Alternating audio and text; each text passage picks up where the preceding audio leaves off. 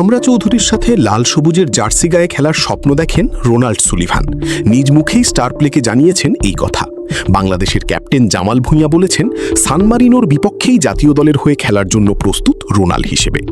Next camp কিন্তু বাবুকে হামজা সমিতির সাথে নয়ানকে খেলাতে চাচ্ছে দ্বিতীয় সারির দলে, যে দলটা যাবে মালদ্বীপে 4 জাতির টুর্নামেন্ট খেলতে। আর বাফুপে সেই প্রস্তাব ফিরিয়ে দিয়েছেন রোনাল ও জেকলন সুলিভান। যদিও কারণ হিসেবে তারা দেখিয়েছে একাডেমিক ব্যস্ততার কথা, তবে প্রশ্ন থেকেই যায় বাফুপে দ্বিতীয় সারির দলে খেলাতে যাওয়ার ইচ্ছাতেই প্রণব মুখ ফিরিয়ে নিলেন কিনা। সাফের বয়সভিত্তিক দলে খেলে নজর কেড়েছিলেন যুক্তরাষ্ট্র প্রবাসী এই দুই ভাই।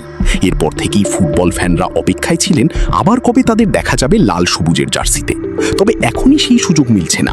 মালদ্বীপ সফরের জন্য যে প্রাথমিক দল সাজিয়েছে বাফুপে, সেখানে আছেন ইংল্যান্ড প্রবাসী তানিল শালিক। তবে আরেক প্রবাসী কিউবা মিচেল আছেন কিনা তা নিশ্চিত হওয়া যায়নি। এর আগে জাতীয় দলের হয়ে অভিষেক হয়েছিল কিউবার, তবে দেওয়া হয়নি পর্যাপ্ত প্লেইং টাইম। চলতি মাসের 24 তারিখ মালদ্বীপ সফরের জন্য ক্যাম্প শুরু করবে বাংলাদেশ।